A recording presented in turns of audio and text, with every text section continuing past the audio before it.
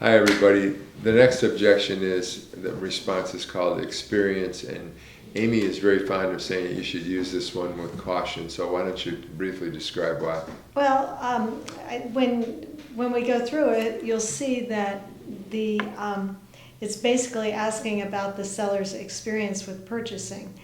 The reason I say use it with caution is if they purchased their home and didn't ask their seller for any closing costs or any help with this, they may feel like they did it without any help. Now, why should I help somebody else? Or occasionally you'll get that kind of attitude. So that's why I say use it with caution, but it could be very effective as well. So this would be my last resort in the series of responses that we've been showing you, but it's here if you need it. Well, the idea of this one, and I don't think we're going to role play it, I'm going to begin the role play. So, Amy, I'm curious, have you ever purchased a home before? Yeah. Yeah. Okay, so this was purchased directly in the open market then? It didn't Yes. come through a family member or anything? Okay. Was your buyer agent compensation paid for by the seller? Did you pay any fees? No, huh? Okay.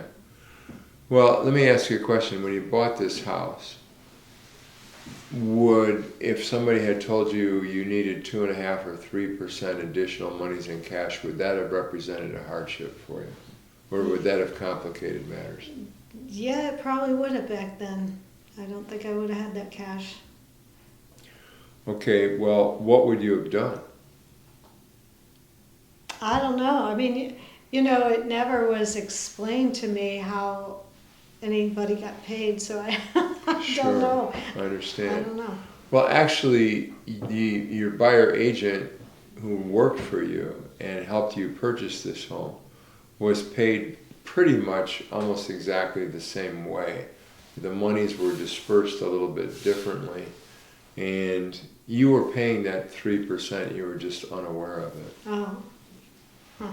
You're the one who brought the money to the closing table. Yeah, I got that right.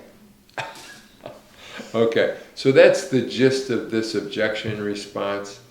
It's one that you have to be careful with. I think Amy's right about that. But under the right circumstances, if you're meeting with severe resistance, if you were getting ready to say goodbye, which I would if a seller told me, I'm absolutely adamant about not paying this cost, I would not take the listing.